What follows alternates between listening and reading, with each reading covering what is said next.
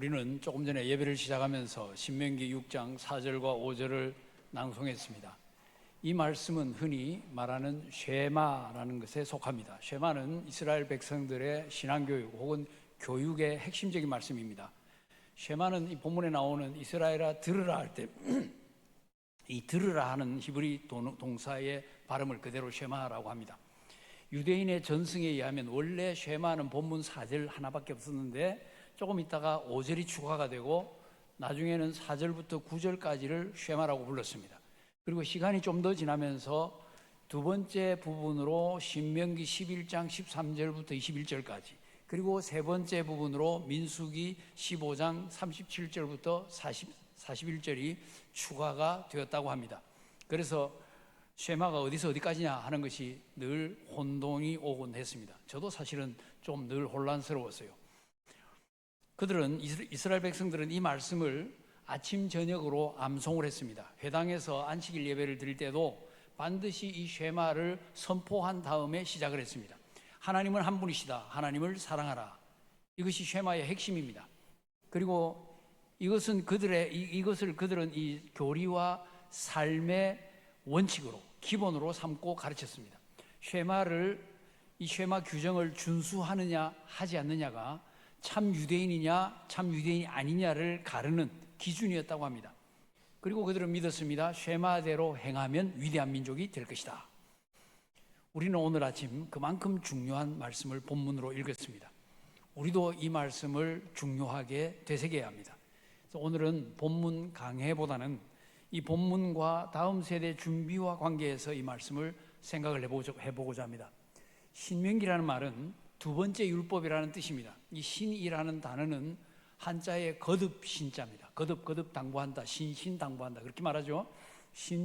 두 번째로 주신 율법이라는 뜻인데, 첫 번째 율법은 출애굽 직후에 주셨고, 이 두 번째 율법은 가나안에 들어가기 직전에 지금 주신 겁니다. 신명기에는 율법이 많이 포함되어 있지만 사실은 지금까지 과거의 역사 회고가 있고, 그리고 가나안 미래에 대한 당부가 들어 있습니다. 이를 통해서 모세는 이스라엘 백성들로 하여금 가나안 생활을 어떻게 준비해야 되는지를 알려주고 있습니다. 자, 이제 모세의 시대가 끝이 납니다. 여호수아가 이스라엘의 지도자가 될 것입니다. 그들은 눈앞에 지금 다가온 가나안 시대를 준비해야 합니다. 민족적으로 아주 특별한 시기를 마주하고 있습니다. 은성교회 성도님들도 지금 아주 특별한 시기를 마주하고 있습니다. 담임 목사 청빙을 준비하고 있고, 새 목사님과 함께 열어갈 새로운 도약, 새로운 시대를 꿈꾸어야 합니다. 이럴 때 본문 말씀은 여러분에게도 분명히 중요한 지침이 될 것입니다. 오늘은 그래서 다음 세대를 준비시키라 하는 제목으로 말씀을 생각을 하고자 합니다. 제가 몇 주 전 오후 예배 때 좋은 교회를 정의를 해드렸습니다. 좋은 교회는 혹시 기억나시나요? 좋아지는 교회. 저는 그 정의를 굉장히 좋아합니다. 왜냐하면 그 정의를 제가 만들었기 때문입니다. 생각해 보십시오. 지금은 좋은데 다음 세대는 좋지 않다고 하면 좋은 교회라고 할 수 없죠. 지금은 건강한 교회인데 점점 쇠하고 있다고 하면 좋은 교회라고 할 수가 없습니다. 다음 세대로 갈수록 더 훌륭한 신앙인이 자라나와야 좋은 교회입니다. 조부모 세대보다 부모 세대보다 자녀 세대가 더 신앙이 좋아져야 합니다. 아주 쉽게 설명을 해본다고 하면 조부모는 엄청나게 훌륭했는데 그 다음 그 밑에 부모님은 영 시원찮고 그 다음 그 밑에 손주는 영 엉망이다 하면 그 집은 망하는 집입니다. 거꾸로 된다고 생각해 보십시오. 그 집은 흥하는 집입니다. 교회도 마찬가지입니다. 그래서 선배 목사보다 후배 목사가 좋아야 되고, 선배 장로보다 후배 장로가 더 뛰어나야 합니다. 그래야 좋은 교회입니다. 다음 세대로 갈수록 좋아져야 좋은 교회입니다. 우리가 다음 세대라는 말을 많이 씁니다. 교회뿐만 아니라 사회에서도 많이 씁니다. 그런데 다음 세대를 말할 때 주로 어린아이들, 자녀들, 청소년, 청년들을 생각을 합니다. 그러나 엄밀하게 말하면 다음 세대라는 것은 비교적인 개념을 가지고 있습니다. 나이가 적을수록 다음 세대입니다. 어린아이들과 청소년들은 3040, 50까지 포함해서 3040의 다음 세대입니다. 3040은 5060의 다음 세대, 5060은 7080의 다음 세대입니다.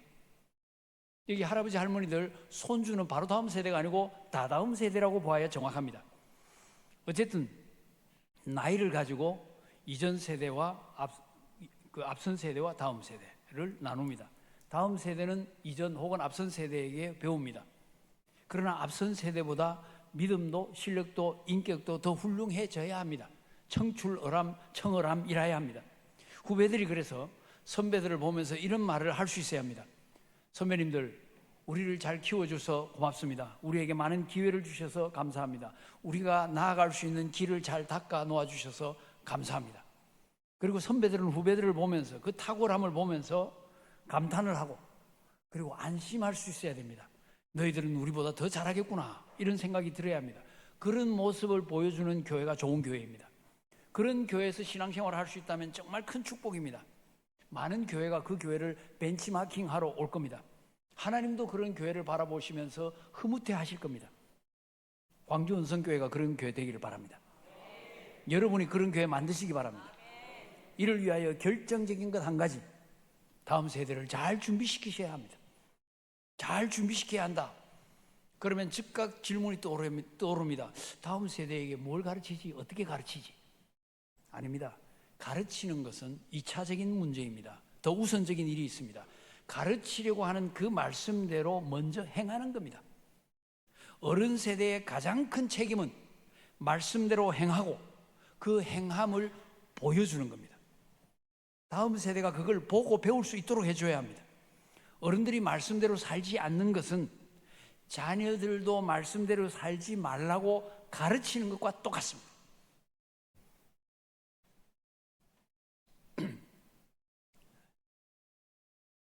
많은 부모들이 이 신앙인이라는 의식이 없습니다. 말씀대로 살지를 않습니다. 말씀 전수를 해야 되는데 전수를 제대로 하지 않습니다.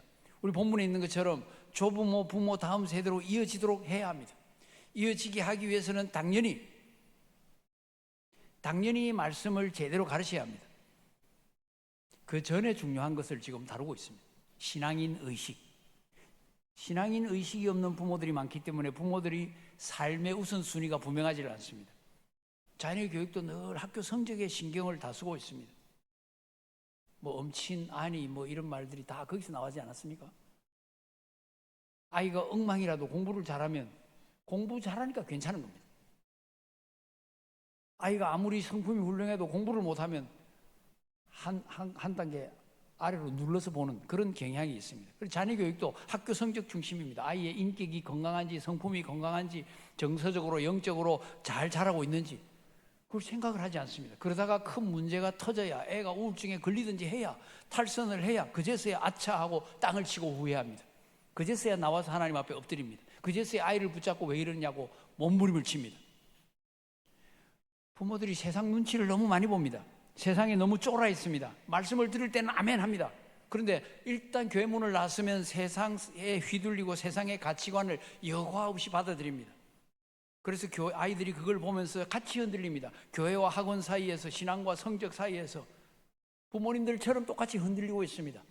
그러다가 아이들이 자라면서 청년기 정도 맞이합니다. 신앙의 의미에 대하여 고민을 합니다. 그래서 부모를 보고 배워온 결론을 내립니다. 굳이 교회 나갈 필요가 없다.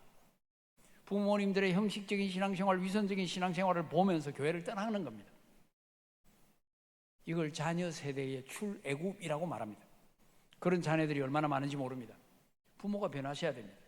이게 최우선의 과정입니다.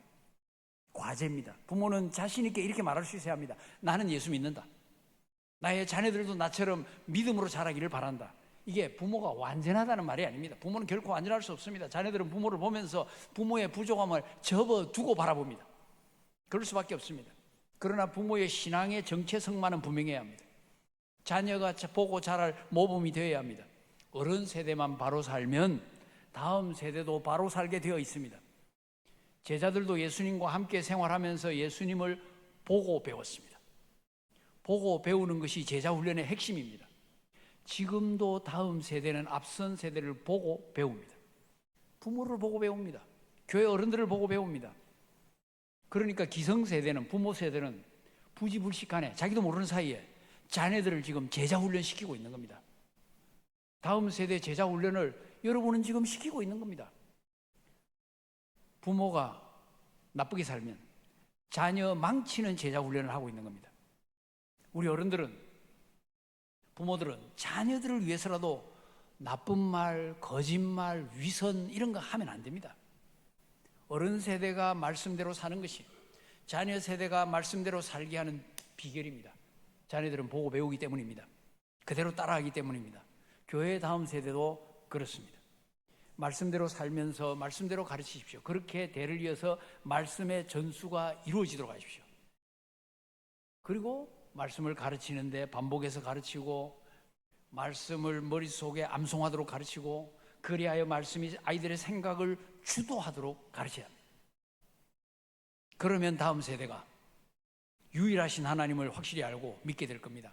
그러면 다음 세대가 세상의 헛된 우상에 빠지지 않고 여호와만 섬기게 될 것입니다.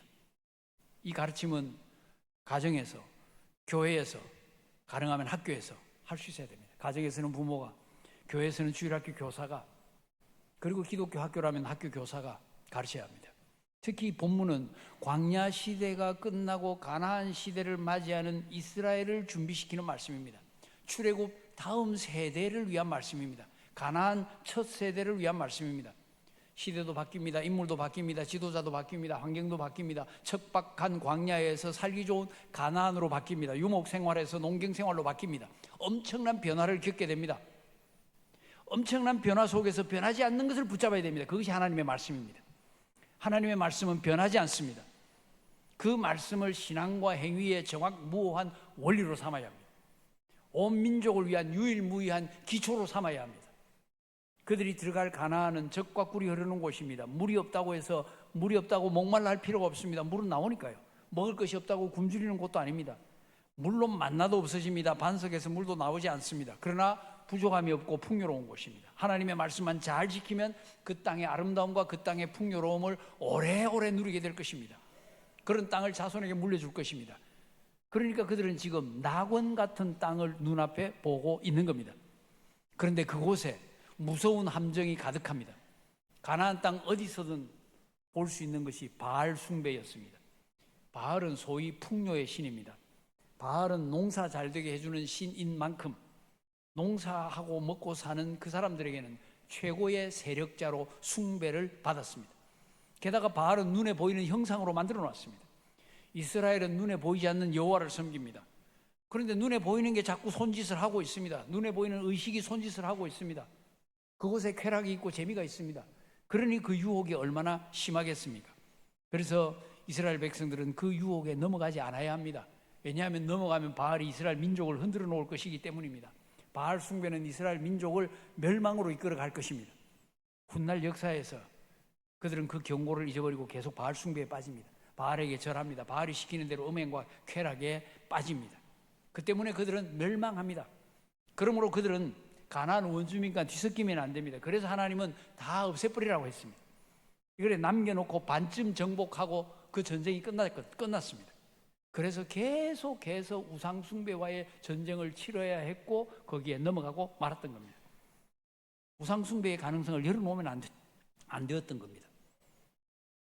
그러기 위해서는 율법과 규례와 법도를 철저히 붙잡아야 했습니다. 부모님들은 자녀들에게 그 말씀을, 손주들에게 그 말씀을 똑바로 가르쳐야 했습니다. 말씀 가르치는 것이 부모들의 일상생활이 되도록 해야 했습니다. 그것이 본문에 나오는 대로 앉았을 때도 누웠을 때도 길을 갈 때도 일어날 때도 말씀을 가르치고 강론해야 했습니다. 말씀을 손목에 메고 기호로 삼아야 했습니다. 미간에 붙이고 집의 문설주에 바깥문에 기록을 해야 했습니다. 그리하여 나와 내 집은 여호와만 섬긴다. 우리 집은 하나님의 말씀대로 산다. 나는 모든 때와 모든 장소에서 자녀들에게 말씀을 가르친다. 이 점을 분명히 해야 했습니다. 철저한 말씀 중심의 삶이 되도록 가르쳐야 했습니다. 그리하여 악인의 꾀를 따르지 않도록, 죄인의 길에 서지 않도록, 오만한 자의 자리에 앉지 않도록 해야 했습니다. 명령과 규례와 법도를 올바로 가르쳐서 복 있는 사람의 길을 가도록 해야 했습니다. 그것이 이스라엘 민족의 신앙교육의 핵심, 교육의 핵심이었습니다. 우리도 자녀들에게 하나님의 말씀을 가르쳐야 합니다. 그것이 일상생활의 한 부분이 되도록 해야 합니다. 교회도 말씀 교육에 전념해야 합니다. 가정과 교회에서 대를 이어 말씀의 전수가 이루어질 때 우리보다 더 나은 다음 세대가 자라나오는 겁니다. 말씀 전수가 이루어질 때 더 위대한 교회가 자라나옵니다. 말씀 전수가 제대로 이루어진다고 하면 민족도 더 위대한 민족이 될 것입니다. 우리의 현실이 암담합니다. 현실을 보면 볼수록 최선을 다하지 않을 수가 없습니다. 그만큼 현실이 주는 압력이 큽니다. 출산율 세계 꼴찌, 자살률 세계 1위, 이런 통계가 얼마나 우리를 우울하게 만드는지 모릅니다. 주일학교도 성장의 기미는커녕 주일학교 없는 교회가 절반을 넘습니다. 노인들만 앉아있는 교회도 많습니다. 교회 성장도 이미 마이너스가 된 적이 제 기억으로는 20년이 넘었습니다. 더 안타까운 것은 교회의 신앙교육이 너무 약해졌습니다. 주일학교를 예를 들면 옛날에는 주일 아침 예배, 저녁 예배, 수요 저녁 예배까지 어린이 예배가 있었습니다. 성경 암송대, 성경 퀴즈대, 성경 고사대도 많이 했습니다. 이게 시대에 뒤떨어진 방법처럼 보였지만 사실은 엄청난 신앙의 자산이 되었습니다. 아마 이 미천, 이 능력을 가지고 지금까지 버텨오신 어른들이 많을 겁니다. 나이 든 성도들은 이것이 평생의 어떤 힘을 공급하는 신앙생활을 해내게 하는 이 뒷받침, 밑거름이 되었을 겁니다. 그런데 지금은 주일학교 아이들에게 아침 예배만 드립니다. 공과 공부 시간도 제가 이전에 광주 응원교회 부임해가지고 보니까 한 10분, 15분밖에 안 돼요. 왜냐하면 출석 부르고 인사하고 왜 결석했냐 물어보면 시간 다 가버립니다. 한 10분, 15분 하면 나가랍니다. 왜? 교회 버스 기다린다고. 얼마나 화가 솟구치는지. 버스 30분 무조건 늦추라고 했습니다. 그런데 그 30분 늦춘 거를 선생님들이 못 채우더라고요. 그러니 믿음의 용사들이 자라나겠습니까, 여러분? 화극, 융판, 인형극, 이게 인기 끌던 시대가 지났습니다. 북만 치면 아이들이 수십 명, 수백 명 몰려오던 시대도 지나갔습니다. 한 선생님이 본고에다가 몇십 명씩 태우고 교회 오던 시간도 지나갔습니다. 그게 다 옛날입니다. 애들이 할 일도 많고 보고 즐길 것도 너무 많아졌습니다. 학원도 몇 개씩 다닙니다. 세상은 학교 성적 올리려고 몸부림을 칩니다. 우리도 몸부림 쳐야 됩니다. 세상에 빼앗겼던 아이들의 이 생각을 되찾아야 합니다. 이 아이들을 의의 길로 인도하기 위하여 최선을 다해 말씀을 가르쳐야 합니다. 저도 현역 때 참 이거 몸부림 많이 쳤는데요. 여름 성경학교 하는 걸 가만히 보니까 여름 성경학교잖아요. 근데 성경을 가르치기 위한 몸부림보다도 장식하는데 밤새고 프로그램 짜는데 밤새고 애들하고 노는데 밤새고 이거 안 되겠다 싶더라고요. 한국의 아이들이 제일 좋아하는 게 서울에 있대요. 에버랜드, 무슨 롯데월드. 거기 내가 하루 보내줄 테니까 앞에 하루는 하루 종일 성경 공부 한번 시켜봐라. 교육자한테 그렇게 했습니다. 그래서 그렇게 했습니다. 하루 종일 성경 공부, 내일 에버랜드인지 롯데월드인지 간다고 하니까 공부합니다. 막 외우고 열심히 공부하고 자고 새벽 5시에 출발해가지고 갔다 왔습니다. 애들은 굉장히 기분 좋죠. 자기들은 물론 머릿속에 롯데인지 에버랜드인지 모르겠는데 그것만 남았지만 여러분 몸부림을 쳐야 됩니다. 그래서 제가 또 생각을 해보니까 아이들이 어쨌든 교사 한 명이 애들 3명만 가르치면 교사 300명이면 애들이 900명 되겠네. 이런 환상 속에 젖어서 무조건 300명을 세웠습니다. 채웠다는 말이 맞을 겁니다. 자격도 안 따지고 묻지도 않고 따지지도 않고 무조건. 그래서 300명을 채웠는데 곧 코로나가 터져버렸습니다. 어와나라는 프로그램도 좋더라고요. 애들이 경쟁적으로 그 프로그램에 들어오려고 합니다. 왜냐하면 너무 재밌어요. 그걸 통해서 성경 암송을 경쟁적으로 합니다. 애들 머릿속에 말씀이 들어가더라고요. 어른 예배 시간에 돌아다니면서 노는 애들이 너무 눈에 많이 띄는 겁니다. 그래서 바이블 앤드 액티비티, 성경 공부하면서 놀아라 프로그램을 만들어가지고 예배 시간에 그걸 했습니다. 어른 예배 시간에. 어린이 선교학교도 했습니다. 어린이 전도도 참여시켰습니다. 데리고 나가서 전도했습니다. 어린이 채소식반도 했습니다. 교사들이 다 했죠. 교사들이 정말 열심히 하더라고요. 코로나로 타격을 입고 주일학교에는 믿는 집 자녀들만 돌아왔습니다. 지금 그게 아마 대부분의 교회의 현실일 겁니다. 그러니 이런 시대를 역류하기가 쉽겠습니까? 어렵습니다. 제가 내린 답은 분명합니다. 교육은 생명이다 생각하고 교육에 전적으로 투자하시기 바랍니다. 투자는 제가 볼 때는 크게 두 가지입니다. 교육할 수 있는 인력, 사람 투자, 재정 투자입니다. 교사 양성과 훈련을 위해서 투자를 해야 됩니다. 주일학교 선생님들이 원하시는 것은 여기 장로님들 웬만하면 해주십시오. 다 들어주십시오. 제가 우리 교회 아니라고 막 이런 말을 하는 것 같지만 제가 이런 말을 하고 살았습니다. 아이들 교육 위해서 재정을 절대 아끼지 마십시오.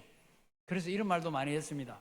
자, 전도주의를 하면 어른들은 10,000원짜리 선물 중심으로 생각을 합니다. 그렇죠? 어른들한테 1,000원짜리 500원짜리 줄 수 없죠. 근데 아이들 전도주의를 하면 요새는 애들도 오지도 않는데 500원짜리 아니면 1,000원짜리. 제가 한번 따라가 봤습니다. 큰 창고 같은데 무슨 장난감 이만한 거 약간 주무르면 또록 부서져 버려요. 그런 것들을 싸가지고 포장은 그럴듯하게 해가지고 애들아 사랑해 이래가지고 줍니다. 게임이 됩니까? 아이들이 어떻게 생각하겠습니까? 집에서는 어떻게 합니까? 어른들은 굶어가면서 아이들은 좋은 거 사주죠. 그 아이들이 교회만 오면 완전히 홀대를 당합니다. 우리 생각이 바뀌어야 되는 것 아닙니까? 우리의 어른들의 생각이 그렇게 바뀌어야 교회 교육도 희망이 생깁니다. 그래야 다음 세대에 대한 희망이 생깁니다. 투자는 하지 않고 너 훌륭하게 자라라가 됩니까? 지금 우리 사회를 보십시오. 미션 스쿨에서 신앙교육을 못합니다. 기독교 신앙교육을 위해 세웠지만 돈을 받아야 되니까 신앙과 상관없이 교육부가 교사를 선발을 합니다. 종교의 자유가 헌법에 보장되어 있지만 그 자유가 교묘한 방식으로 제약을 받고 있습니다. 이단은 엄청나게 기승을 부립니다. 옛날에는 그 신천지만 쫙 젊은 애들이 흰 와이셔츠에 뭐 까만 옷 입고 있었는데 장성 어디 시장터 옆에 갔는데 똑같은 애들이 보이더라고요. 근데 약간 나이가 먹어서 한 30대 40대가 보여요. 이 친구들은 누군가 보니까 하나님 어머니를 섬기는 애들이에요. 하나님의 교회라고 있죠. 그래서 제가 아이고 하나님 어머니가 아니고 하늘에 계신 우리 아버지지 하고는 지나갔습니다. 하늘에 계신 아버지 아닙니까? 그걸 어머니로 바꾸고 나왔어요. 이단들은 기승을 부립니다. 성폭행범 교주가 뻔뻔하게 성경 들고 설교를 합니다. 집단 폭행을 일삼던 그 이단 집단이 선행했다고 신문에 버젓이 광고도 나고 자랑도 합니다. 포괄적 차별금지법이 호시탐탐 기회를 노리고 있습니다. 이 말이 듣기 좋죠. 무조건 차별하지 말자. 말은 그럴듯한데 속지 마십시오. 그 법은 성경대로 가르치고 말하는 우리의 입을 틀어막을 것입니다. 미국이나 영국 같은 나라에서 어떤 상황이 되었는지를 기회 되시면 한번 살펴보시기 바랍니다. 성경 교육 외에 답이 없습니다. 생명의 말씀, 우리 찬송 부르잖아요. 달고 오묘한 그 말씀, 이 생명의 말씀, 이거 잘 가르치는 거 외에 답이 없습니다. 최고의 신앙교육을 여러분 하십시오. 매주일 선생님들은 최선을 다해서 말씀을 가르치시기 바랍니다. 그리고 모든 성도님들은 교회 학교 교사님들께 진심으로 감사를 하십시오. 존경을 표하시기 바랍니다. 저는 존경합니다. 그리고 늘 감사합니다. 근데 이 가르침이 주일에만 멈추면 안 됩니다. 매일 신앙교육이 가능하도록 해야 합니다. 경건에 이르기를 날마다 훈련시켜야 합니다. 아이들을 성경적인 가치관과 세계관으로 무장을 시켜야 합니다. 그래야 세상을 선도하고 세상의 흐름을 조금이라도 움직일 수 있는, 변화시키는 인재로 자라날 수 있습니다. 그걸 위해서 세운 학교가 기독교 학교들입니다. 많은 교회들이 이미 기독교 학교를 세웠고 또 세우려고 애를 쓰고 있습니다. 이미 우리나라의 기독교 학교가 다 대안학교죠. 기독교 학교가 200개 정도 됩니다. 미국에는 한 7,000개 정도 있습니다. 기독교 학교는 시대적인 요청이고 사명이 되어 있습니다. 그만큼 성경대로 가르치기가 어려운 시대라는 것을 반증하고 있는 겁니다. 그러나 대부분의 교회들은 학교 세울 능력도 없고 생각도 못합니다. 저도 학교 세울 때 반대가 많았습니다. 형편이 굉장히 어렵기 때문이죠. 세웠던 생각은 한 가지, 썬데이 스쿨만으로는 안 되겠다. 에브리데이 스쿨로 가야겠다. 날마다 가르쳐야 되겠다. 그러나 여러분, 이 에브리데이 스쿨이 학교만을 가르쳐서는 안 됩니다. 에브리데이 스쿨이 가정이라야 합니다. 가정이 에브리데이 스쿨로 전환시킬 수 있는 가장 좋은 곳입니다. 거기에 선생님은 부모죠.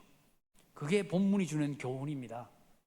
일상생활이 되게 하라는 것이 바로 본문이 말하는 에브리데이 스쿨로 만들어라 너희 집을, 이 말입니다.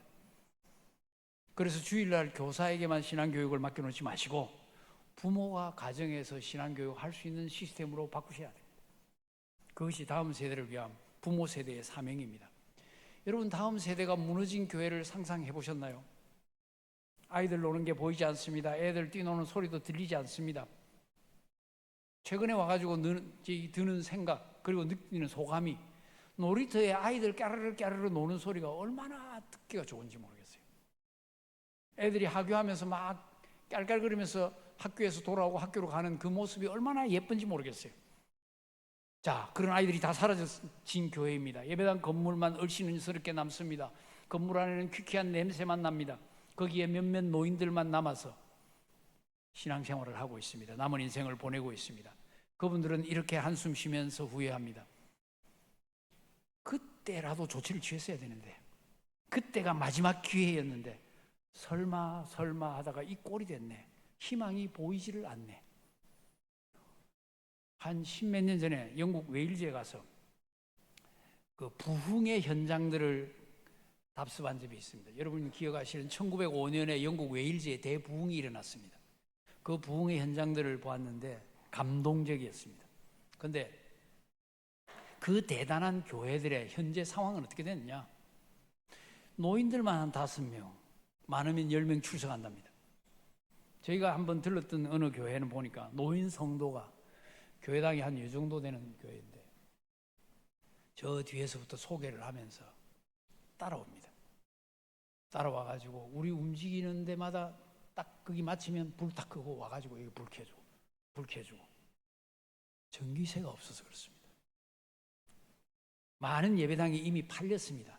술집, 카페, 모스크, 그리고 힌두교당 이런 식으로 막 팔렸습니다. 지금도 매물로 내어놓은 데가 많이 있습니다. 자, 제발 우리는 그렇게 되지 않아야 됩니다. 우리에게는 바라볼 수 있는 미래가 있어야 합니다. 미래가 있어야 좋은 교회입니다. 그래서 계속해서 좋아지는 교회가 좋은 교회입니다. 더 나은 믿음의 사람들이 자라나와야 좋은 교회입니다. 그러나 그러한 믿음의 사람들은 하늘에서 갑자기 뚝 떨어지는 것이 아닙니다. 좋은 토양에서 나옵니다. 그러므로 좋은 토양을 만들어야 합니다. 본문의 표현처럼 너와 내 아들과 내 손자가 계속해서 좋은 토양에서 나오도록 만들어야 합니다.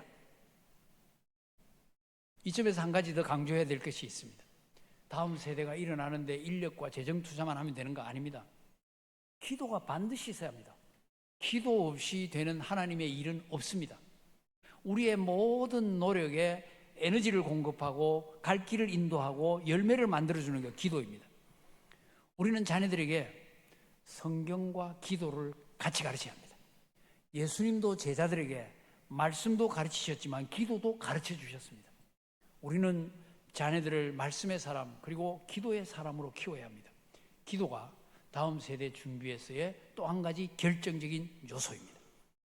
작년에 그리고 올해 필리핀 뚜게가라오라는 곳을 갔는데 가서 그 신학교에 한 20시간 정도 되는 집중 강의를 2차례 한 적이 있습니다. 뭐 그것도 감동적이지만 그 교회, 그 학교 건물, 학교도 있고 교회도 있고 큰데 그 옆에 또 예배당이 따로 있습니다. 그 예배당에서 금요일 저녁에 SFC 모임을 합니다. 거기 이제 2번 설교를 했는데요. 한 400명, 500명이 모입니다. 거기 교회 사이즈가 400~500명이 들었으면 의자에 잔뜩 앉고 밑에도 앉아야 됩니다. 밑에도 앉고 해가지고 찬송을 부릅니다. 100% 거의 100% 우리 찬송가를 부릅니다. 악기는 피아노 하나 있습니다. 옛날 어른들처럼 그 아이들이 부르는 찬송이 지금까지 지내온 것 중에 크신 은혜라. 이 아이들이 청소년들이 그걸 부르고 있어요. 부르는데 흔들흔들 여러분과 똑같습니다. 흔들흔들 하면서. 그리고 통성기도를 합니다. 우리는 주여 하잖아요. 그 아이들은 영어로 Lord 이러더라고요. Lord는 조금 이게 그 말의 그 운율은 조금 안 맞는 것 같지만 보고 있는데 어떻게 감동이 되는지 제가 여기 앉아서 설교 시간을 기다리다가 도저히 못 참겠어 가지고 폰을 들어가지고 위에서 촬영을 했어요. 너무 감동이 됐어. 그러면서 생각을 했습니다. 이 아이들을 하나님이 안 쓰시겠나? 당연히 쓰시겠죠. 이 아이들을 통해서 확장될 하나님 나라의 미래가 그 지역 하나님 나라의 미래가 보이는 겁니다. 그리고 청소년들은 그렇다 치고 꼭 몇 개의 교회들이 쭉 선교사님 세운 교회들이 있는데 그 교회들에서 여름 성경학교를 합니다. 한 군데 사는 게 아니고 여러 군데 돌아가면서 시차를 정해가지고 하는데 아이들의 총 인원이 10,000명이랍니다. 10,000명이 주일학교 그 여름 성경학교에 옵니다. 깜짝 놀랐습니다. 얼마나 신나는 여름이 그들을 기다리는지 모릅니다. 우리는 지금은 여름을 기다리는 게 상당히 부담스러워졌습니다. 그런데 그들은 그렇다고 하니까 너무나도 부러웠습니다. 어떻게 그렇게 됐을까요? 다른 거 다 했겠죠. 그러나 거기에 기도가 들어갔기 때문에 가능해진 겁니다. 기도의 열매들입니다. 특별히 능력으로 따지면 더 능력 있는 사람이 수두룩하지 않습니까? 지금 우리가 마주하는 현실적인 통계들, 그 통계들은 다 비관적입니다. 예외 없이 다 비관적입니다. 이런 상황인데도 기도하지 않는다면 망하기로 작정한 거나 똑같습니다. 기도해야 됩니다. 그리고 기도하면 됩니다. 교사들도 부모들도 자녀들도 열심히 기도해야 합니다. 온 교회가 기도해야 됩니다. 기도하면 망하지 않습니다. 기도하면 다음 세대는 살아납니다. 기도를 멈추는 것은 하나님이 주시는 회복의 기회를 발로 걷어차는 것이나 똑같습니다. 힘을 다해 기도하면 하나님은 반드시 긍휼을 베풀어 주십니다. 축복의 소나기를 부어주십니다. 부흥의 역사를 허락하십니다. 그러므로 우리는 다음 세대에게 말씀의 유산도 물려줘야 되지만 기도의 유산도 물려줘야 합니다. 새벽 기도의 유산을 물려주시고 금식과 철야 기도의 유산을 물려줘야 됩니다. 통성 기도의 전통도 물려줘야 됩니다. 기성세대는 기도로 부흥을 경험했습니다. 땅바닥에 앉아서 기도하시고 굶어가면서 기도하시고 그 결과 하나님이 긍휼을 베풀어 주셨습니다. 대한민국은 기도로 살아난 나라입니다. 제가 한 30-40년 전에 독일에 처음 갔을 때 거기에 부흥사 목사님의 설교를 테이프로 들었습니다. 그 테이프에 한국 교회의 기도를 얘기하더라고요. 지금도 한국 교회는 새벽에 수십만 명의 성도들이 기도한다. 그리고 기도원에서 기도하고 있다. 그러니까 말하자면 한국 교회는 100만 명, 200만 명이 지금도 계속 기도하고 있다. 그러니 한국 교회가 부흥한다. 분명히 그렇게 말하는 설교를 제가 들었습니다. 그리고 그분은 독일 교회에서 새벽 기도를 하더라고요. 체인으로 새벽 기도를 하는 거예요. 아침에 목사님이 일어나가지고 자기가 몇 명의 지도자들에게 전화를 합니다. 기도하십시오. 5시에 따르릉 했습니다. 그러면 이분들도 받아가지고 각자 몇 명에게 전화합니다. 그래가지고 1,500명이 새벽 기도를 해요. 기도하면 삽니다. 기도밖에 답이 없습니다. 우리의 다음 세대도 다다음 세대도 또 그 다음 세대도 말씀과 함께 기도를 전수받아야 됩니다. 그걸 유산으로 이어받을 수 있어야 합니다. 그렇게 할 수 있는 교회는 좋은 교회가 될 것입니다. 여러분 교회가 여러분 덕분에 그렇게 좋은 교회가 되기를 예수 이름으로 축원합니다. 말씀을 정리합니다. 첫째, 부모 세대는 말씀대로 살아야 됩니다. 자녀들이 보고 배울 수 있는 부모가 되시기를 바랍니다. 용장 밑에 약졸 없습니다. 왕대밭에 왕대가 납니다. 말씀대로 사는 성도님들에게서 믿음의 용사들이 자라나올 겁니다. 왕대밭과 같은 교회에서 왕대 같은 인물이 자라나올 겁니다. 어른 세대가 말씀대로 사는 것, 그것이 길입니다. 그러면 어른보다 더 나은 다음 세대가 자라나게 될 것입니다. 둘째, 다음 세대에게 하나님의 말씀을 가르쳐야 합니다. 세상의 가치관이 아이들을 사로잡지 못하도록 해야 합니다. 세상이 아니라 하나님의 말씀의 생각을 조율시키는 자녀들이 되도록 해야 합니다. 좁은 문으로 들어가는 다음 세대를 제대로 키워서 세상을 변화시킬 수 있게 해야 합니다. 물론 이것은 지식 전달만으로 가능한 것이 아닙니다. 기도의 사람이 되도록 키워야 합니다. 기도의 능력으로 충만하게 되도록 키워야 합니다. 그러면 그 아이들이 세상에 거룩한 영향을 미치는 믿음의 용사들이 될 것입니다. 세 번째, 다음 세대를 키우기 위한 투자를 제발 아끼지 마시기를 바랍니다. 교회의 최우선 순위가 어디에 있는지 분명히 하십시오. 교회는 당연히 선교해야 되고 구제해야 되고 전도의 재정을 투입해야 합니다. 그러나 교육이 살 길이라는 이 생각을 잊지 마시고 교육에 대한 투자를 놓치지 마시고 멈추지 마시기를 바랍니다. 다음 세대를 준비시키는 이 비전은 본다는 말에서 나왔습니다. 이 비전이 눈앞에 흐려지지 않기를 바랍니다. 사랑하는 광주 은성교회 여러분, 심은 대로 거둡니다. 심지 않으면 열매가 없습니다. 준비 없이 결과 없습니다. 준비가 미래를 결정합니다. 요셉처럼 풍년의 때에 흉년의 때를 대비해야 합니다. 많은 교회들이 성장의 때에 이렇게 힘들 때가 오리라는 생각을 못했습니다. 그래서 그렇게 하지를 못했습니다. 준비를 못했습니다. 부흥의 때가 끝없이 계속될 줄 알았습니다. 그런데 안타깝게도 최소한 객관적인 지표를 보면 그런 때가 끝났습니다. 호미로 막을 수 있었던 것을 가래로 막아야 되는 상황입니다. 우리는 가래로라도 위기를 막아야 합니다. 이걸 흐름을 바꿔야 됩니다. 요셉 한 사람이 애굽이라는 대국을 살려냈습니다. 그리고 인근 나라들을 살렸습니다. 나중에는 자기 가족을 살렸습니다. 그 가족이 이스라엘 민족으로 변합니다. 우리도 다음 세대를 잘 준비시켜야 합니다. 광주 은성교회에서도 현대판 요셉이 자라나도록 해야 합니다. 현대판 바울과 베드로도 자라나오도록 해야 합니다.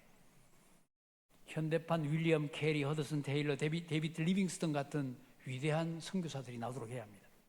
일사가고 주기철 목사님, 사랑의 원자탄 손양원 목사님, 바보 의사 장기래 박사님, 이런 분들이 자라나오도록 해야 합니다. 다음 세대를 준비시키십시오. 먼저 말씀대로 살고 그 말씀을 가르치십시오. 그러면 계속해서 좋아지는 교회, 진짜 좋은 교회가 될 것입니다. 그렇게만 하면 여러분의 다음 세대가 세상의 거룩한 변화를 일으키는 것을 여러분의 두 눈으로 보게 될 것입니다. 그때를 바라보면서 최선을 다해서 다음 세대를 준비시키는 복된 성도님들 꼭 되시기를 예수 그리스도의 이름으로 축복합니다.